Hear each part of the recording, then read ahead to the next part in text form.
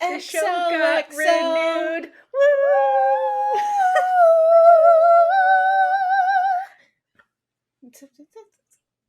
I tried to learn the words. It wasn't working. No, it's okay. Continue. You can open it if you want. All right, everyone. Welcome to this very special, exciting episode where Kaitlynn and I will be covering the show Exo Kitty Season 1. And we're dancing. You and can't hear celebrating. it. What? They can't hear it, but there's music. There's music playing, and we're celebrating because Exo Kitty was officially renewed for a Season 2! Woo!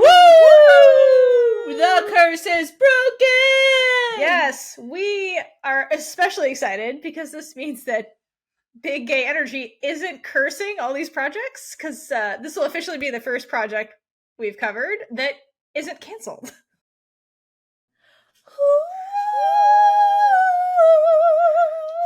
So we're currently listening to the song EXO from the show. Yes, this has right, been Kaitlynn. Stuck in everyone's heads For days and days and days and days and days. So, woohoo, that's exciting. So yes, we are finally covering something that officially has a second season. It's just, you need to take a minute, just soak it in. I know. Season 2. Season 2. It's getting a Season 2. And if we hear Season 3, that'll be even more amazing. Yes. So we'll watch it out for that. But so for those of you who may not know what Exo Kitty is, because I didn't know about it till Kaitlynn told me about it. Like, Kaitlynn, what is this show, and like, why are we covering it? How did you find it? We are covering it because it gets queer. Yes, it sure does. Basically, I knew it was a thing. I didn't know if I wanted to watch it. The movies are okay. I rewatched it for this episode. They're really straight. They're really straight movies. What are the movies? Oh, sorry. To All the Boys I've Loved Before is the parent movies of the show. The show is a spinoff starring the youngest Covey's sister. And it is about time she got her own show because that girl deserves it. Yes. So we're doing to cover this because it is gay AF. Despite the movies not being, there's 3 of them. Yes. Kaitlynn has watched them all. I've seen the first one. Yeah. And I only thought I saw the first one. Turns out I saw 2. And then I watched the third one yesterday. And the plot is just very, very surface. It is just not the show. The show is quite different. Yeah, which is super refreshing. But like the show, like the movies, sorry, the show, like the movies, is very like, it's rom-com-y. It's very like, I don't know, like upbeat overall, the tone, and it's like something light to watch. It's not like Yellow Jackets or like oh my gosh. or something super tragic or like anything like that. Like, it is fun and upbeat and light, and it's like a high school rom-com is what it is. So like, it matches the movies because of that. But I agree with you. I think the show, because it's a TV show, is why I like TV so much. You have time to go into the characters and really explore them. I really don't like movies. I struggle with them so much. I think it's the character development, and the story is so surface level, and it's like one thing, where this one we were able to have a whole mystery, and yeah, like we really got time to like flesh out all the characters too, not and just a tree. Kitty. And a tree. But we'll get into that in a little bit. We will. But if you haven't seen the reaction videos, there's a reason we have this mug. I got this mug made for Theora and sent to her within 2 weeks. For those listening at home that can't see, go to our merch store. Just go to biggayenergypod.com or link to our merch stores on there, and we have some Tree Love merch from Exo Kitty that was came to be during our reaction videos. But don't worry, we'll get into that and all my tree conspiracy theories in this episode, so don't you worry. All right, Kaitlynn, so we're covering this because it's queer. It's here. It got a second episode. So what is it about? This show stars Kitty Song-Covey, who believes she is extremely knowledgeable on love. Moves halfway across the world to South Korea, aiming to reconnect with her long-distance boyfriend Dae, because that always works. She finds, however, that a relationship is much more complex when it is your own feelings of love at risk. I love how the synopsis says she believes she's extremely knowledgeable at love, which is one of my like things I keep pointing out about her all the time. And I'm like, girl, what are you talking about? I love that description. It's very, very spot on. But okay, so we're gonna jump into the characters and like kind of who they are. Okay, hold on. I got something. I did write down go stuff. So like we said, it's a spin-off to all the boys I've loved before movies. I went through the movies and I'm gonna give you a history of Kitty. Kitty history. Let's do it. Kitty has always been hyperactive. I don't remember what I wrote. I'm going to go down like I used to before. This is amazing. I have 2 pages for 2 different sections of I don't remember what I wrote. She has always been butting into relationships since day one. She sent the 5 letters in the first movie. She's the reason the dad and the stepmom were together. In the second movie, I believe it was, she sent the neighbor a Valentine's Day card from her dad. Like, labeled from her dad.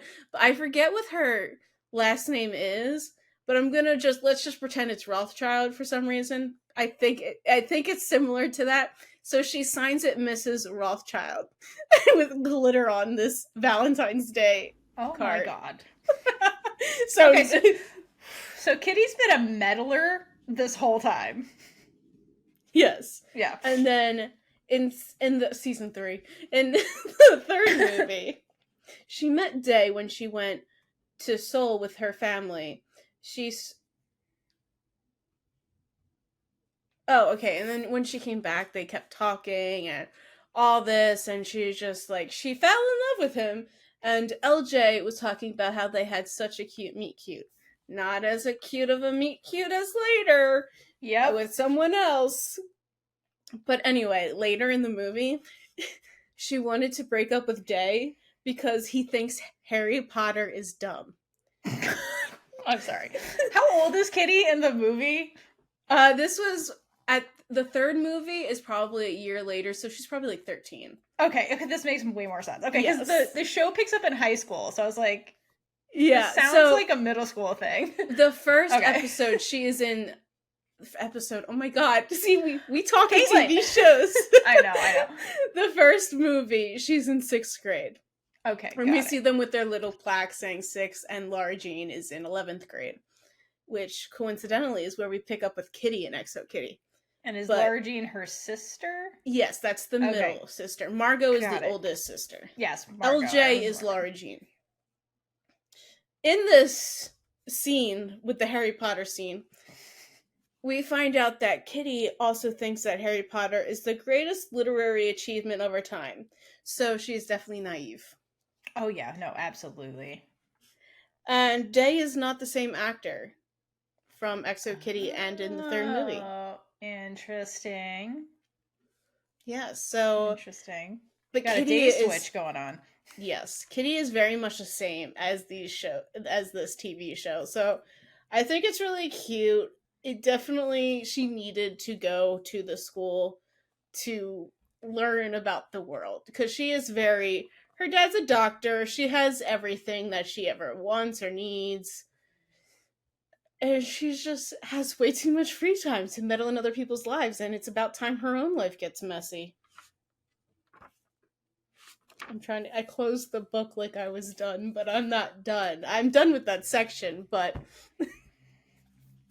But that is your highlights of Kitty. And Anna was a literal child when she filmed this. And it's very weird. That's impressive. So that's Kitty leading up to the start of this show.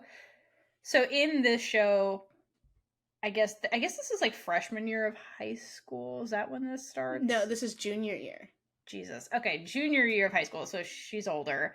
And she is the protagonist of this story, hence Exo Kitty. And basically, like Kaitlynn said, she goes from just being pen pals with Day, like in America, to like coming to Seoul, Korea to meet him in person and explore this romance / also like this is the school her mother went to.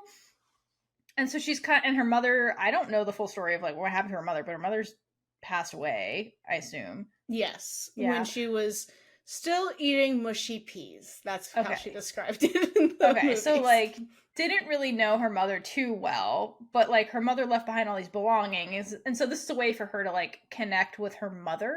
So that's like also part of the driver of her going to this particular school. So that's basically who Kitty is. And I love how you said she left behind her belongings. The mother? Yeah, well, I mean, she's dead. Of course she left them behind. No, but like they still have them. They still have them is what I meant. Like they're keeping all these things. But like these are no, I mean that because the belongings that Kitty is using are like from when her mom was in high school. So like her mother kept these kept them kind of thing. So yeah. So that's all she has. So anyway, that's part of her kind of driver. And then we have Day. Who how did she end up becoming pen pals with Day in the movies? So they weren't actually pen pals. They texted each other, I'm pretty sure. I guess that's modern pen pals is what because they use the words like pen pals in the show, but like I guess that's the modern to be equivalent. fair, there's years in between. So maybe they did write each other some letters, but it takes a long time to get international mail. So when you can text. Well, yes, obviously. So but bottom line is they never physically met each other. They did. They met each other in Seoul. Hell, man. Yes. I don't know. Their family. I literally told you this when I gave you my rundown. But anyway, I'll tell you again.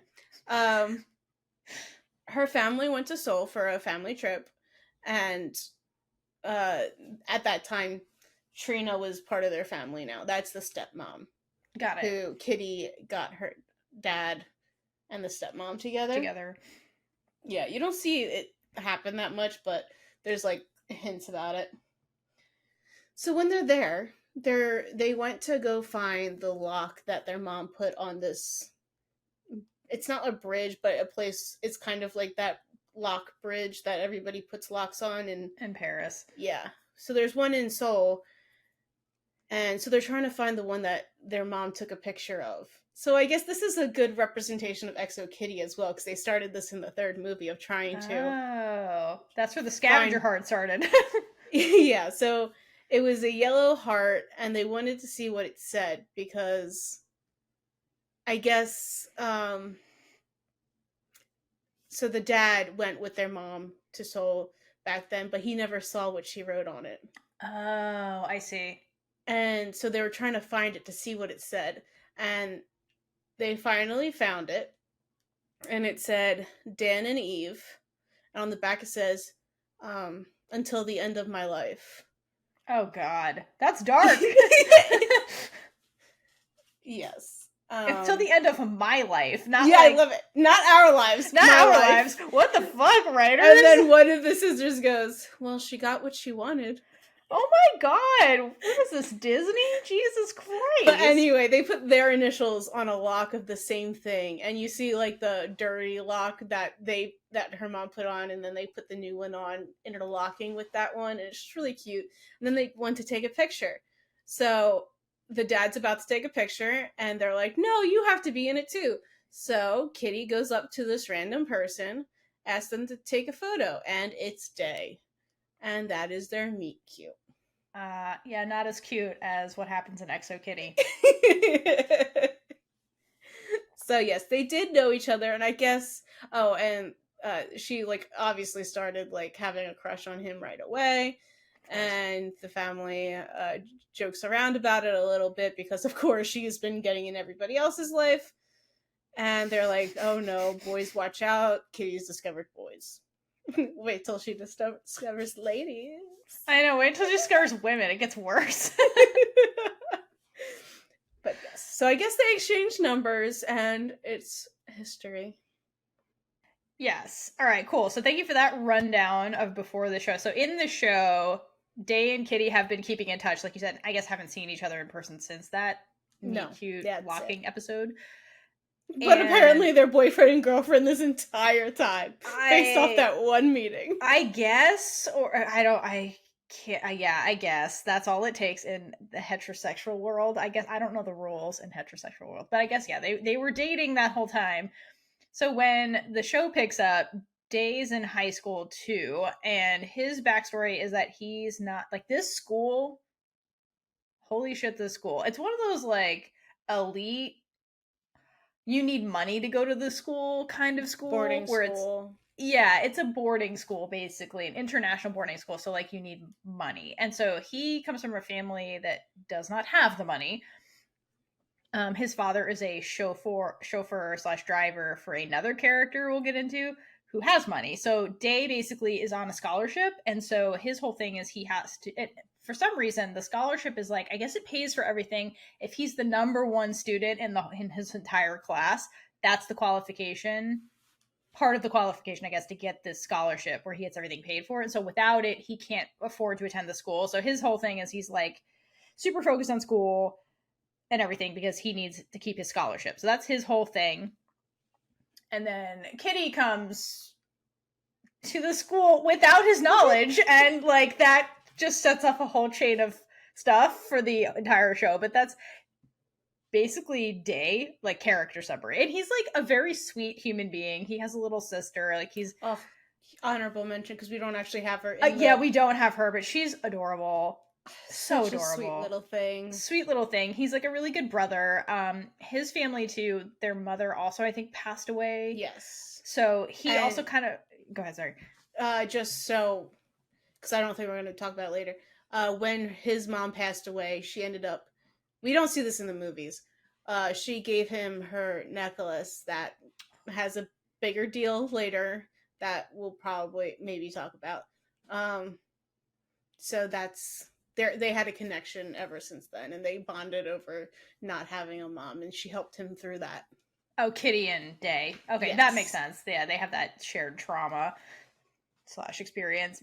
But Day also, like, because of that in his family, he kind of almost plays the role of like mom-ish, where he's like surrogate parent to like his sister. So he's very much so he's a character with like a lot of responsibility, basically. Yes. More so than your average like teenager. And he like meets that challenge and like is always like smiling, and he's genuinely a good human being. Very sweet. Yes, he is. He doesn't.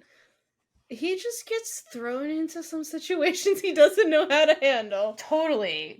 But overall, he's a very sweet human being. And he has two friends that he's roommates with at the school who are extremely... And they were roommates. And they were roommates. Okay, listen, the first time I saw this, I thought they all had a thing going on because... Wow. The way Day describes his friends is... Oh, do you have the descriptions written down? Interesting? No, this is all in my brain. But, when... I think I remember the one. I remember Q's. Yeah, that's the one I remember. Yeah, how did he describe Q? And this is like to Kitty, so Kitty says this out loud. She's like, oh, you're that friend, insert thing Day told me. And we're like, so, what? Q's is a fellow American track star with a heart of gold. Yeah. I believe that's it. Yeah. Who describes their friends like that? That's so strange. And then she goes, and you must be Mino. Of course you are. Yeah. So that's all the description we get of Mino.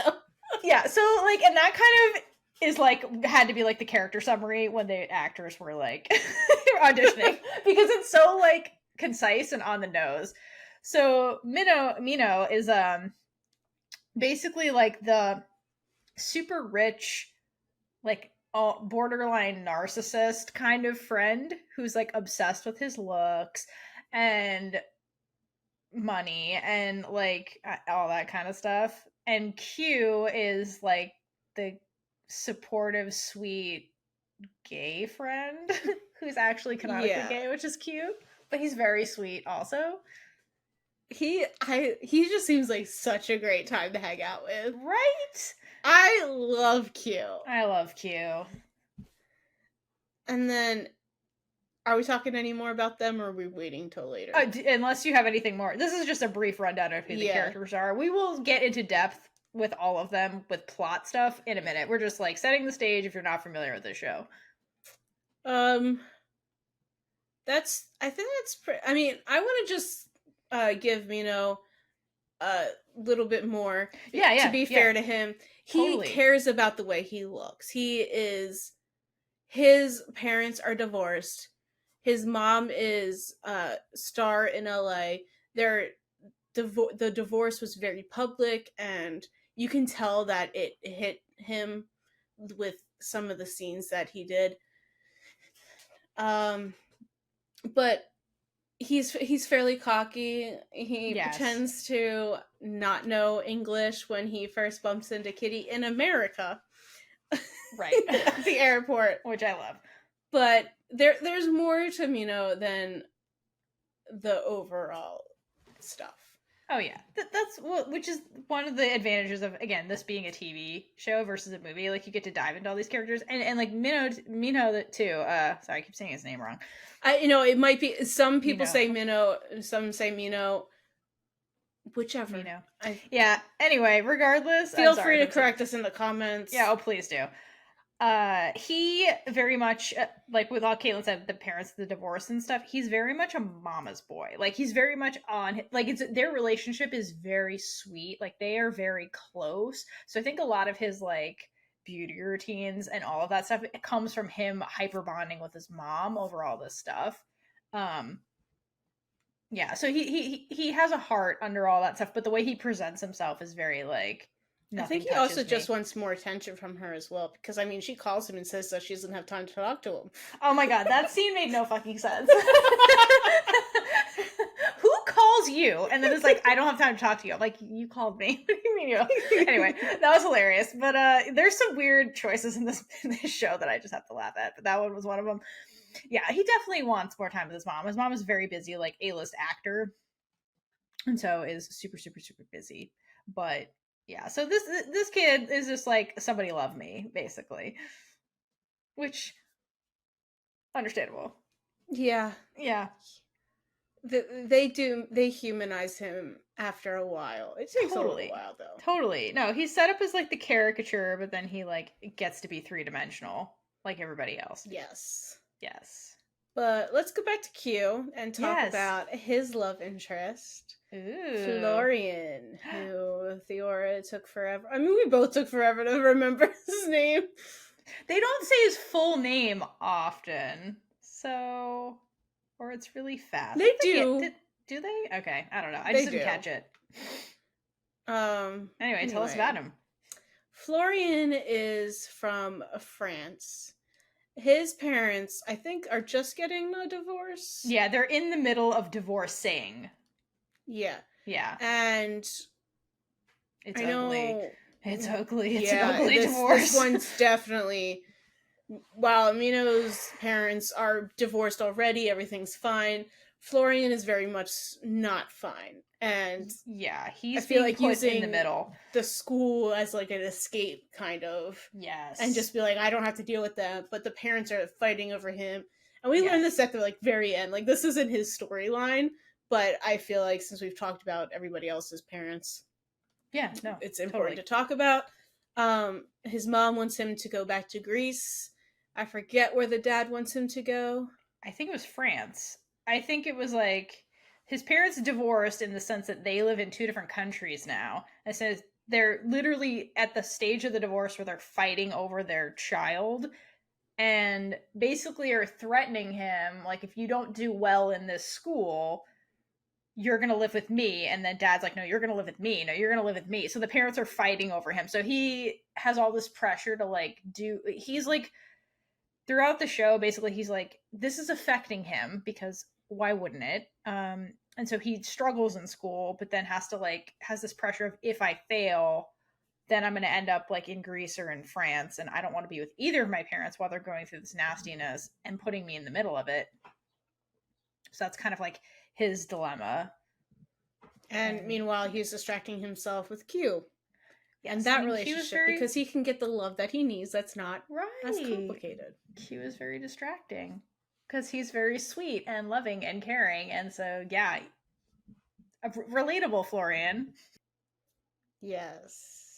So their relationship is super cute. So they're one of the queer relationships. But he does do something to stay in the school that is very controversial. He sure does. Are we going to talk about that later? I wasn't planning on it, but we can. We can talk about it now.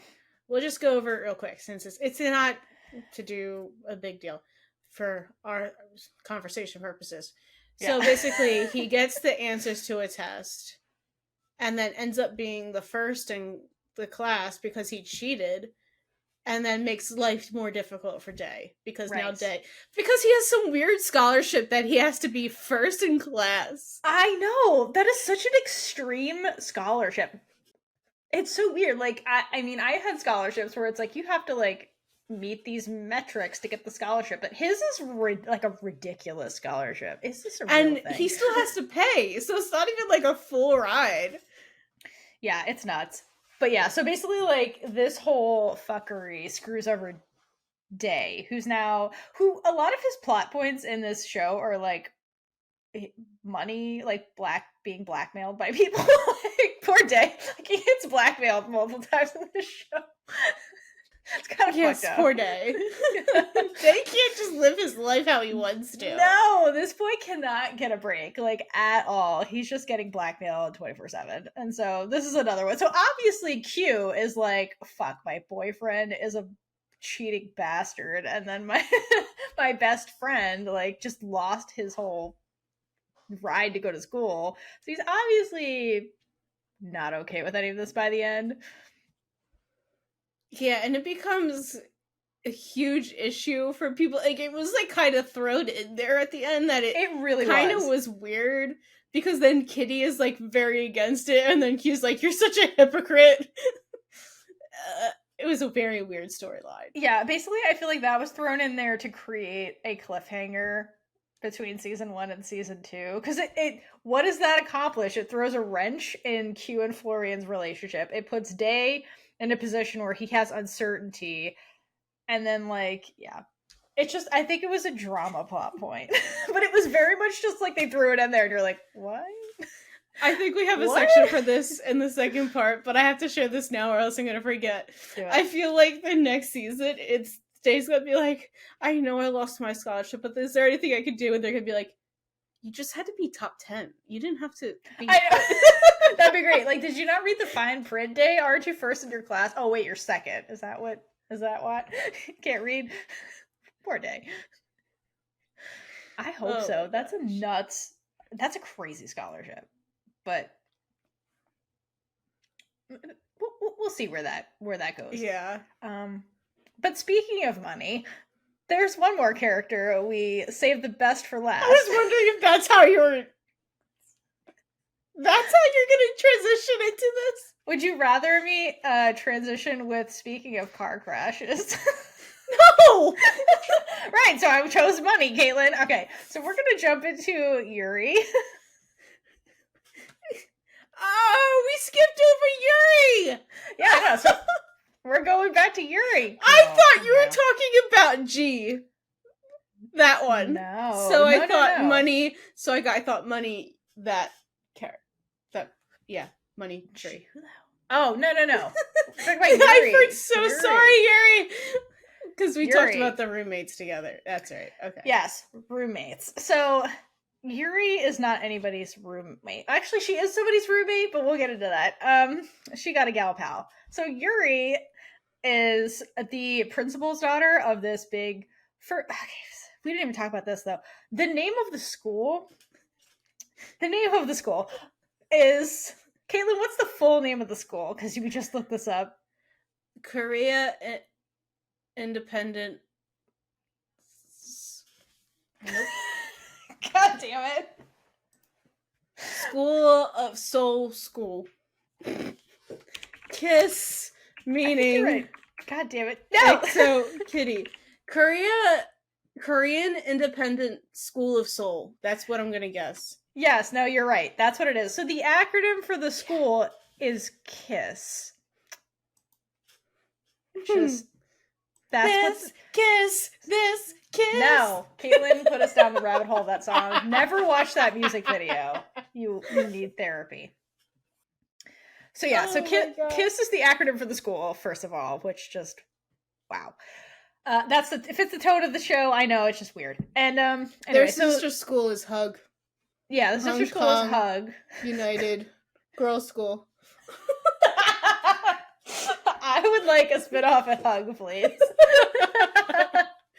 Oh my god, that's where Juliana went. That would have been amazing. Okay, wait. So we're jumping. Damn it. Okay. Who is Yuri? Yuri is the daughter of the principal of KISS. That's why I wanted to say that like that. And her mother / father really has a fuckload of money, so she's like nepo baby. And her parents basically like, because of their social standing, put a ton of pressure on her and this and that, and so she's in the closet with her girlfriend because parents. But throughout the entire show, like she kind of like comes to terms with that. And I love Yuri and I love her story. I like Yuri better when she's humanized. Yeah. I really don't like villains, but I know we need them to actually have plot. But there is no villain in this story. Like there is no villain. It's just people. Yeah. And I think that like what the writers do is they present characters in a caricature format in the beginning, because this story is told through Kitty's point of view. So Kitty is meeting all these people she doesn't actually know. So when she first meets them, it's like you're getting like Kitty's first impression, which is very very surface level. But then as Kitty spends more time with them, you get to know the character as she does. So then they get quote humanized because Kitty is getting to like, you're feeling what Kitty's feeling. Like it's very much the whole thing is told through her point of view. That is very fair. Yeah. So like in the beginning, in the pilot, like she's set up as this like rich girl who ain't got time for nobody and is like, you know, basically her mom. A maid outs her to her mom basically because she was embracing her girlfriend, her gal pal, and but like embracing that is. I really thought that they were just hugging. No, like it's literally like looks like they're embracing. It's ridiculous.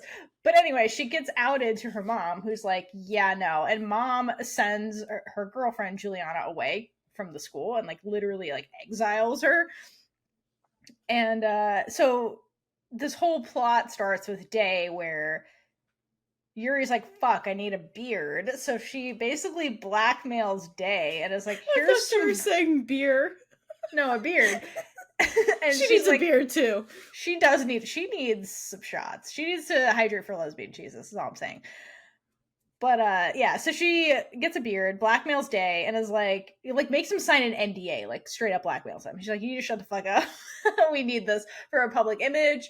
Because my dad did some fuckery, which is a whole nother plotline that's hilarious and stupid. Anyway, so she ends up like making him her beard, and then that starts all this drama with Kitty. But like throughout it, like Yuri like has time to explore who she is and what she wants and all this stuff. And so her overall arc is really, really great. And you're right, the characters get more three-dimensional as the show goes on. And it's just so great. All of them have really good plot lines. I really like all of their arcs, honestly. The main cast, to be honest. So, like, I was invested in it before it got full gay. Yeah, no, yeah, because they do a very good job of building the characters. And like personally, I've said this multiple times on the podcast. I'm not the biggest fan at this point in my life of high school stuff. I'm just not. Which I'm really surprised by the shows that we're currently watching. We're always, because that's what they always set everything in YA, and it's like that's the vast majority of the content we get. So it's like it's this or nothing.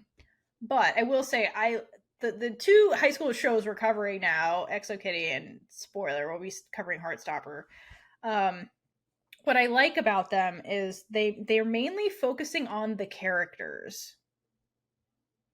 and like their growth and arcs and development. It's less about external stuff um that's kind of driving it. So I like that. I like character study type works. So for me, I liked this show because it's more of a character study type of deal. In this like rom-commy like light kind of way versus like Killing Eve, which is a character study that's like psychotic and crazy. But I like that type of storytelling. I don't even know much about it. I watched the first and last episode, reaction video coming soon. Once Theora gets through it. I edited like 10 minutes of it, and it's just Kaitlynn deliriously tired explaining stuff, and it's the funniest thing I've ever seen. I didn't even get to you watching it yet. Like, whenever this drops, dear listener, please go watch that, because it's already hilarious, and I haven't even seen Kaitlynn watch it yet. Anyway, okay, and is anything else you'd like to add about Yuri before we add our honorable mention character? Yuri's life is a mess. Yes. Her dad in the first episode goes off at employees, and you can tell like the disrespect. Like, she doesn't respect her father at all. Which, to be honest, I don't blame her at all. No, because she makes this like meme video, and I don't understand it at all. But it goes viral like really quickly. Like, I guess she just posted it, and then it's on the news, and she's like, "That was quick." Okay, her dad's a D-bag. I guess we could talk about this here. But oh my god. No, actually, we'll get to it in the Yuri Juliana section. We'll go through all of that. Okay. But like her dad, is just awful. Yeah, so like again, like when you first meet all these characters in like the pilot, you're just like, oh, these are like rich kids with perfect lives. But then you kind of get into like the bullshit that they're dealing with. Like her family is like, wow, patriarchy problems. And then Mino is very much like product of a public divorce, because like you have Florian who's going through it, but it's not public. Like, imagine like being in the middle of a very messy divorce, but everybody knows about, and there is nowhere to hide. Like, Mino couldn't hide from it. So I really do enjoy like their storylines. I think they're very interesting and compelling. Even like the parts we don't see, like you see how they're shaped. The character gets shaped because of these experiences, and it's very good. It's a very good show. Like, give it a chance, is all I'm saying. I love that all the characters have storylines that not overlap, but all other characters can connect to. So they all have a connection to another character where they could have conversations. Yes. And they're not just connected to the one person and disconnected from everyone else. I agree. That's an excellent point. So it makes the show more cohesive in a way, and like more potential for next season, because now Florian and Mino, I don't think they really have scenes together. Not really, but they've been in the same room together, but I don't think they've ever like really talked to each other. And I want to see scenes between Mino and Yuri, but we'll get to that. Yeah. Later. Oh my god, that would be interesting. We'll get to that reason later. Okay, so we've kind of touched on this a little bit. So now that we've gone through like the background of all the show, surface level character stuff, what were your like overall likes, dislikes, or like favorite scenes from season 1? I mean, I liked a lot about the show. I like the fact that Kitty got her own show, because she was so underrated in these movies. Like, she's the cutest thing. But again, it's still weird to see. She's an adult now. She's in college. But you know what's really funny about this, though? Like, it makes sense for Kitty, and also just like family structures. So she's like, okay, so like you think about it, like all like older sister, middle sister got their own movie. No, the older sister never got their own movie. Oh no, is that? She was barely in it. Oh man. Well, like, the baby of the family gets, like, the most. She's in the movies, gets her own TV show. Like, isn't that how family dynamics go? Like, the baby gets everything, and it's kind of like, yeah. Hence the show. Baby gets to meddle without any consequences whatsoever. No, for real! Okay, that was, like, one of my dislikes. It's just how, like, she gets away with shit way too easily. And not that she's doing bad things. It's just like adults go along with her shenanigans way too easily. Like, in the pilot, she's like has this PowerPoint presentation about why she needs to go to Kiss. And the parents are just like, okay. And I'm like, in what universe? And she's like, I leave tomorrow. Like, like it's all so fast and like out of the blue. And the parents are just like, okay.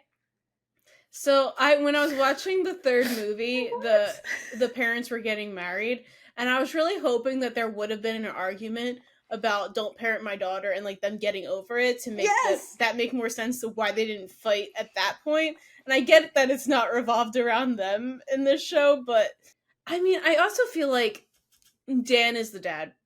Mm-hmm. He is very open with them. He lets them make their own mistakes. He guides them when he needs to, but he's not like a very strict parent, and we see this later on as well. I mean, his parenting style seems to be working. His kids are happy, relatively. They're healthy. They're not going down bad roads. I mean, it also helps in their family dynamics. They have a fuckload of money. Yes, he is a doctor. Yeah. They have a fuckload of money, so they can just be like, you want to go to Seoul for a year? Okay. You leave tomorrow? Great. I mean, yes, that is very helpful.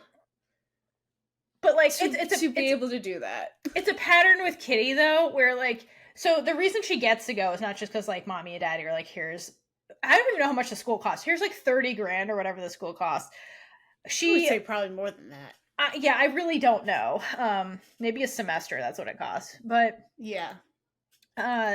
Katie applies for a scholarship to Kiss without telling her parents. So it's this pattern of behavior with her of like launching into these giant life-altering big decisions without telling anybody else it could affect until it already has happened.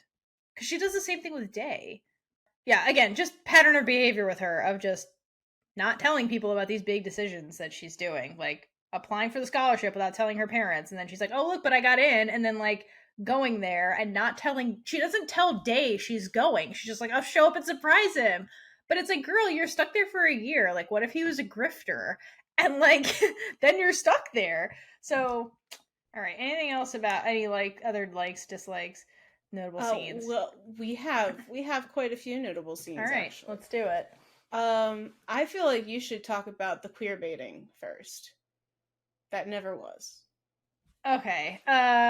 So I will try my best to remember this from memory. So yeah, I kept watching the show and be like, there's going to be something nefarious, because I guess that's what I've been exposed to in queer media, where it's like, oh, Day has a secret girlfriend, which was kind of the plot, but it wasn't real. Where in my brain I was like, oh, he's not really dating her, and this is going to be some fucked up shit where she has to learn the hard knocks of life, which is not what happened.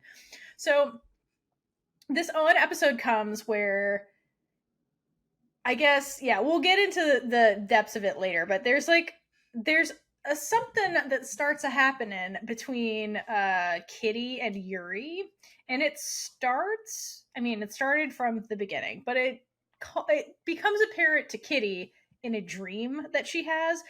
So I forget. I think the episode opens with her dream, or she ends one and starts in the next. That's what it was. Okay, so the episode itself is bookended with dreams.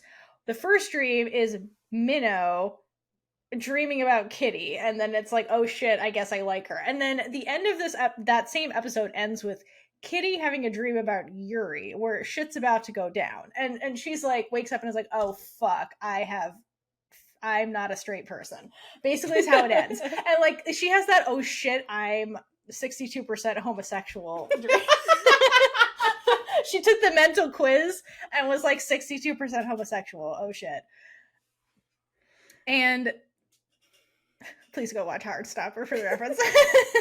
and then, okay, so then we're watching it, and then the next episode picks up, and like nothing is mentioned, and it's like it takes a bit for Kitty to be like, oh shit, that was a thing that happened. So I thought it was gonna be like back in the day when they used to do like sweeps weeks and they were trying to get shows renewed and they're like, we'll do something queer for one episode and then never mention it ever again. Like we'll have two women kiss in a dream and never mention it again. And I was like, that's what they're doing. This is a dream, so it didn't really happen. And you're like, yay, queer stuff is going to happen. And then they never mention it because like we pick up again with Kitty and the day drama and the Minnow stuff. And it's like, but then by the end of that episode, I think Kitty like kind of like talks about it with Q. Is that what happens?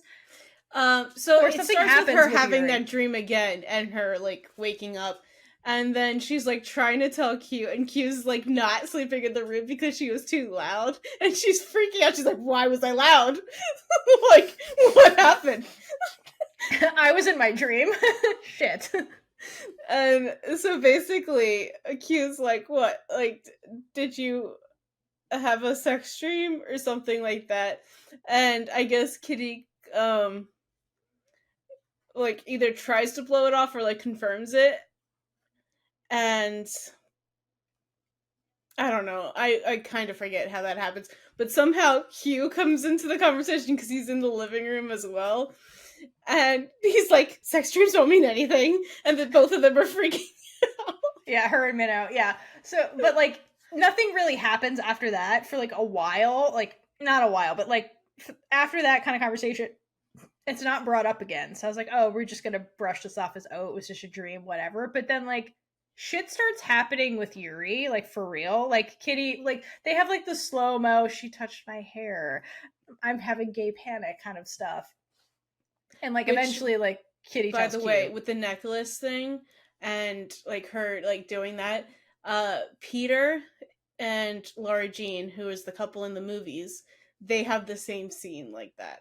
Oh but shit! like he's taking a that's necklace awesome. off of her, and like they're breaking up, so it's like totally different. But that is different vibes, Kaitlynn. It is, fuck. But it's like it's like the same thing. So it's a common thing in this world. But yeah, and like yeah, oh yeah, I've noticed that from all the slow-mo stuff they do. We'll get into that. But yeah, anyway, so like it's set up almost like they could do the queer baiting thing, but then they didn't, and they actually just keep going with it. So I appreciated that and call it the queer baiting that never was, because I can see you reading that as like, oh fuck, but then they don't do that. So I appreciate at that point, that's when I texted Theora. She had not seen it yet. This show might be getting gayer, and I was like, I didn't want to like say it's getting gayer, so I was like, I have a feeling it's just gonna go away. Right. And I was so scared. And I was not expecting them. I knew that they were shipping Kitty with someone, I think, but I didn't know it like actually happened. Like it was a thing in the show. Right, because from that dream, you could ship away from just the dream itself. That doesn't mean it's going to be canon. But like even before like the first car, I thought, oh, maybe they were just shipping. I also did not remember the characters' names who they were shipping. Sure. So I just thought it wasn't like the show wasn't queer at all. I thought it was like like the movies. It's going to be like really straight. And so I was watching this and I'm just like, oh, buckle up. We're getting good. Oh, it gets really, really good and really, really gay and awesome. And we are going to get all into that. Yes, I can't wait. But another thing I want to talk about, again, is with her dad. Now, he's very relaxed, but I don't know if we want to... See, it's hard because, like, do we talk about this now or later? When we're just talk about it now. It's basically the scene where Kitty is, like, questioning her sexuality, and, like, she has a conversation with her dad about it. Yeah. So she's coming out to her dad. Not really coming... Like, that wasn't... I don't know if that was her goal, but she's just, like, needs help. She needs to figure this out. She's like, I'm questioning myself, and like says it out loud to her dad, basically. It looks like it's either in the middle of the night, but it's in the middle of the night in America.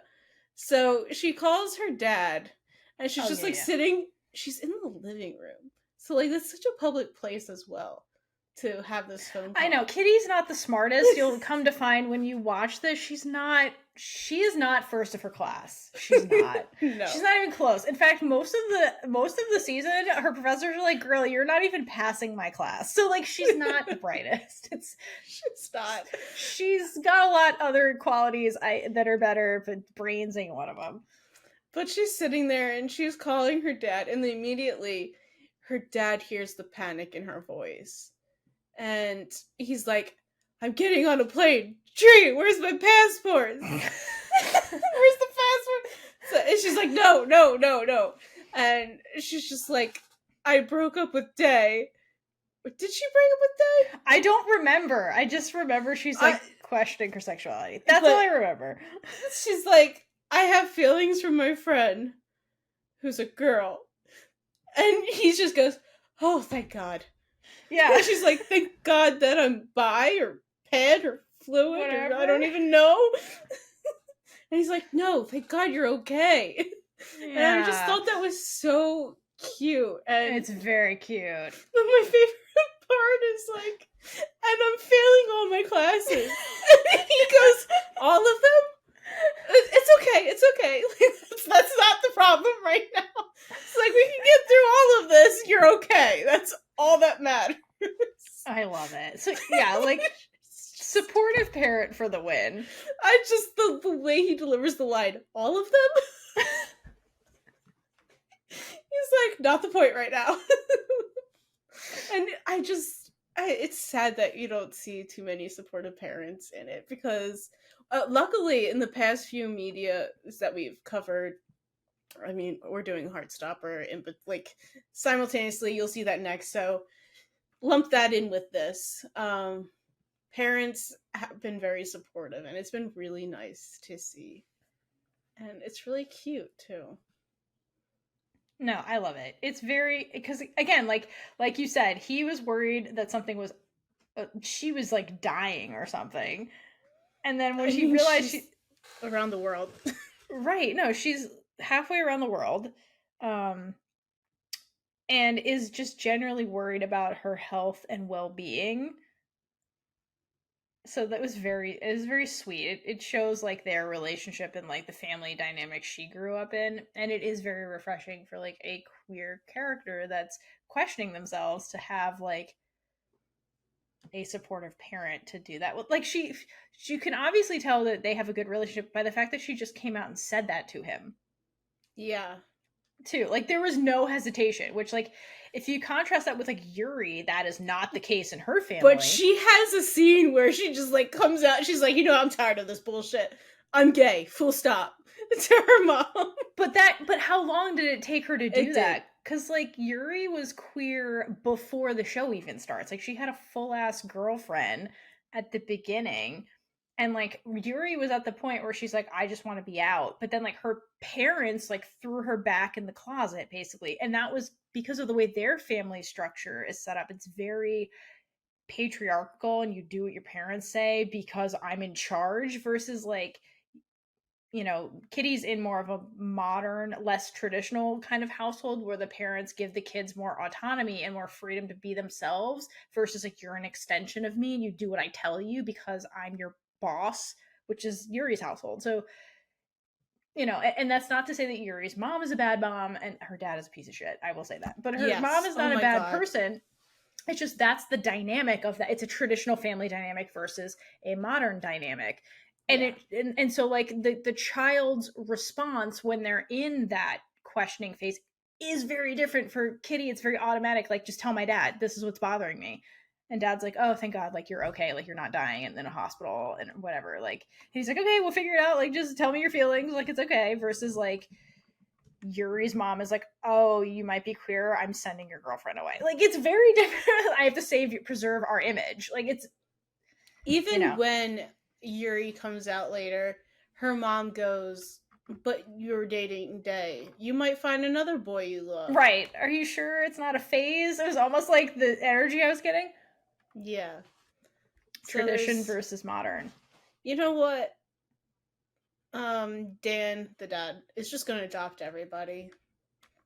Well, she can't adopt Yuri, because then well, I mean... No, we're not promoting incest on the podcast, Kaitlynn. I mean, not really adopting, but becoming like the father of step parent for everybody. That's my hope for everybody. They just like all get his phone number and be like, I'm having an issue. Dad, what did I do? Surrogate parent. Yeah, no. A lot of these kids got issues and need therapy.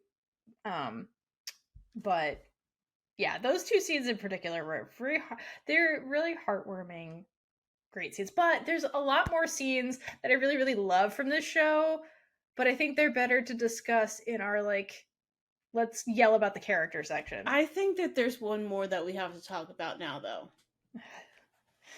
All right. The mystery. I was gonna loop this all into my conspiracy theory section. No, I just wanted you to share the first time you saw. Oh, okay. So, all right. We're not getting into the whole thing, but both episodes need to have this in it. Okay, so we're gonna get into the tree love mystery. And okay, I was so confused when this happens. If you truly don't know what we're talking about, please go watch our reaction video to the first episode. But okay, so part of what's going on with Kitty, as we mentioned earlier, is that, like, her mom went to the school and she created, like, a photo album, which, like, who was taking these photos? First of all, she has this photo album, right? From her time when she was a student at KISS, like when she was Kitty's age, I guess. Simon took them. The tree. So, no, listen, this is the mystery. So anyway, she's going through these photos, and one of the mysteries is, like, oh, who was my mom dating, I guess, or in love with before she met my dad? Because there's this photo of, like, her mom holding hands with another human being, I assume. But, like, the person is completely obstructed in the frame by this plum tree, which, like, if you don't know what a plum tree is, it's a cherry blossom. Is it a cherry blossom? Yeah, it was confirmed. Sure? Is it? Okay. Yeah. It seemed too short. Okay. Or cherry blossom tree, which they look the same, really, when they're blooming. Well, the cast thinks it's cherry blossom, so okay, that's what I'm going. Okay, just okay. Sure, it's a cherry blossom tree then. And basically, so if you don't know what that is, it's basically on all the, instead of leaves on the branches, it's just a bunch of flowers. Like a plum tree looks like this too. And so it's one that's human height for some reason. Usually they're huge. I don't understand this.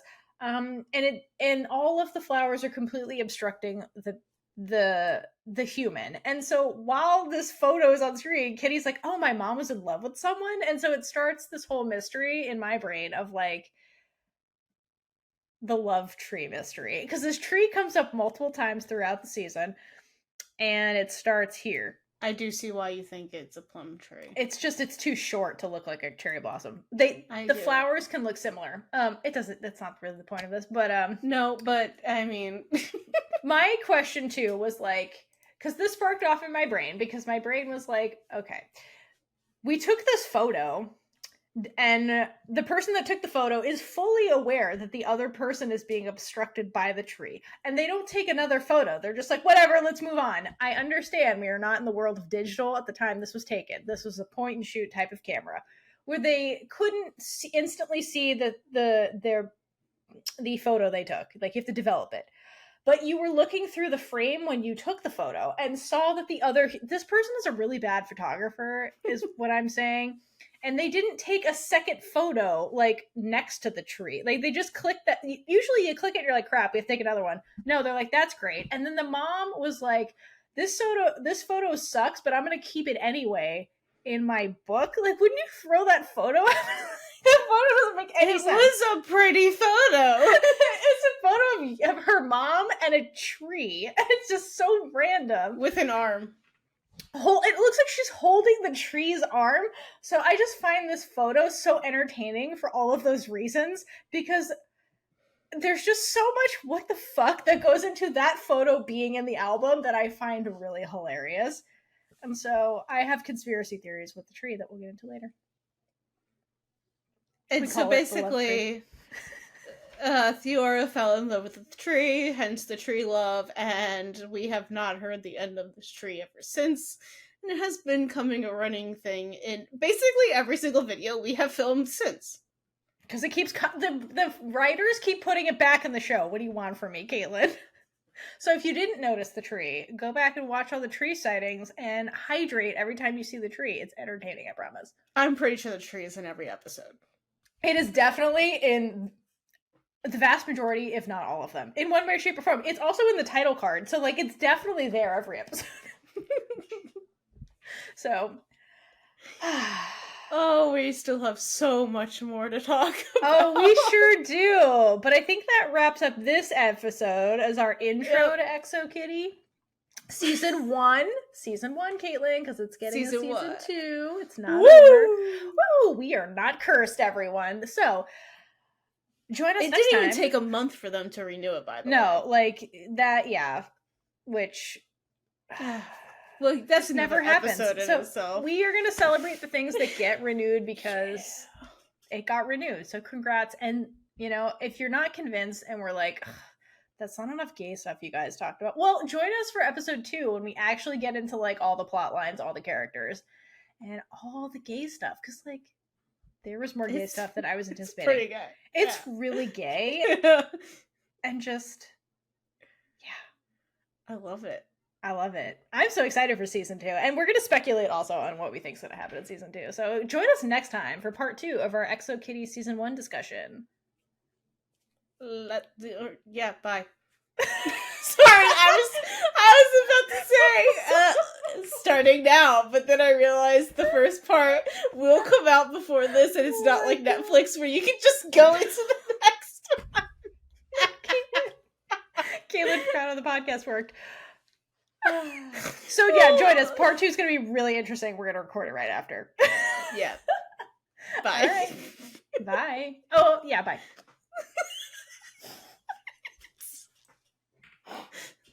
And with that, we've been Big Gay Energy. If you like this episode, check out all our other episodes right here on YouTube. Please like, leave a comment below, and subscribe for more amazing, super gay content. If you'd like to support us, check out our merch store, or join our Patreon for early access to episodes, exclusive content, and so much more.